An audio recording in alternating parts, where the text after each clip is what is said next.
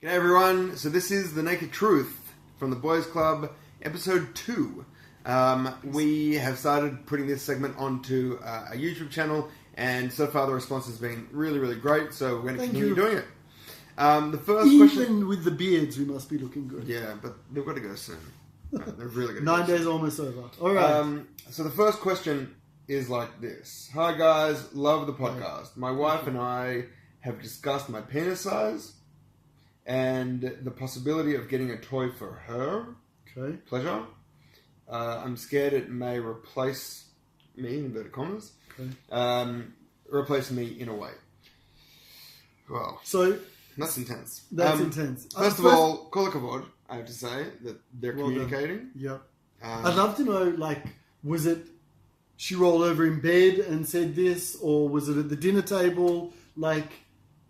Yeah, I don't know if the dinner table is really the right place that they're talking about this. You never know. Can you pass the potatoes? Oh, and also... Your penis size. Okay. It's a really, really good question. Last week we did a podcast on sex toys, so obviously that's probably coming from there. So you can... It's like this. A sex toy is not a penis.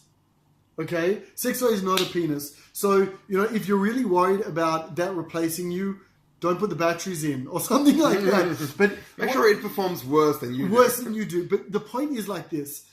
A man's penis is not a sex toy. It doesn't perform like a sex toy. A sex toy is created to do more than what a man's penis can do. Most of them anyway. Yeah. Well, that's why it has batteries. It has batteries, right?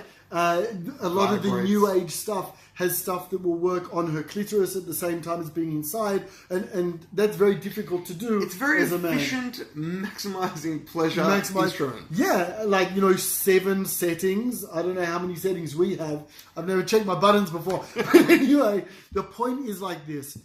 Open and honest communication. It cannot replace you. You need to be very, very open with each other and express it to your wife. If you're so honest and open about discussing, maybe getting a sex toy, then bring that up with her and say, I'd love to do this if you would. I really want to please you to the extent that you want to be pleased. I understand a sex toy may be able to do that, but I need you to be honest with me to let me know if this is replacing me or not replacing me. No, not even that. It's just maybe the guy also needs to feel confident, and wanted and desired. I guess the penis is a very, very emotional tool as much as a physical one. Yeah, and I think that a guy needs to know that he's being able to pleasure his partner. That's right. As much as the fact that the partner's being pleasured.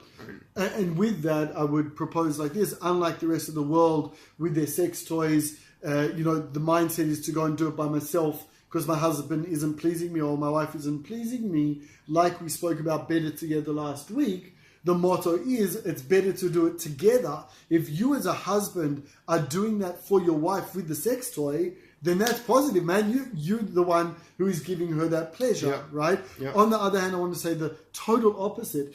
If this is going to be something on your mind that is going to affect your love life, affect your sex life, then be honest with your wife and say, hey, I don't think this is a good idea.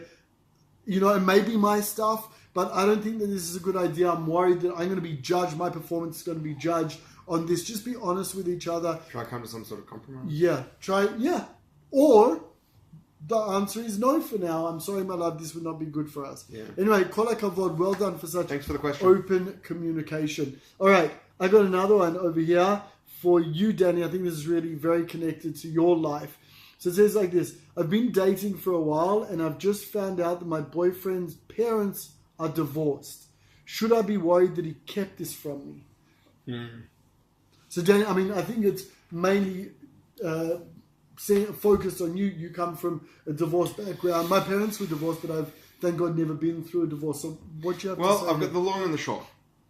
Okay, the short of it is no. You should definitely not be worried.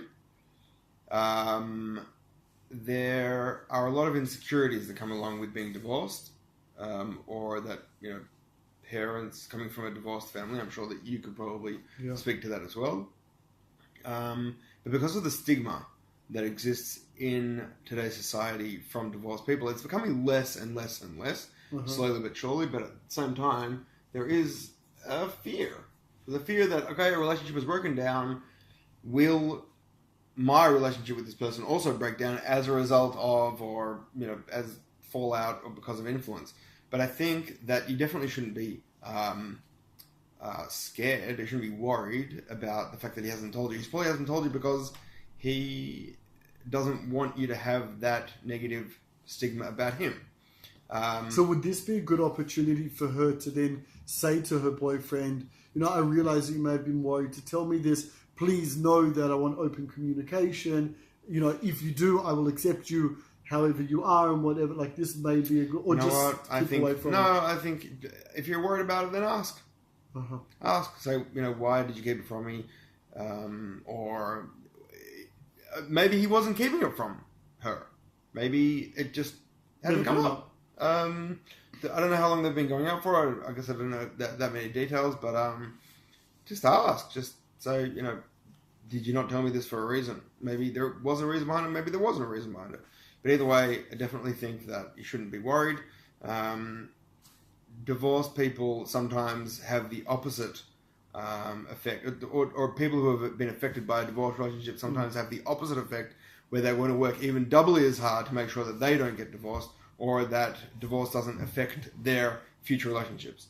It's so interesting you say that, because I told my potential in-laws, who have now, thank God, been my in-laws for almost 14 years, if you're so worried about this, I know the warning signs more than your daughter may know the warning signs. Yeah.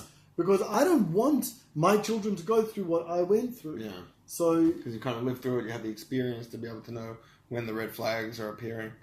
Yeah, there's no doubt about it. So I definitely say bring it up, see what they think. But either way, definitely not a concern.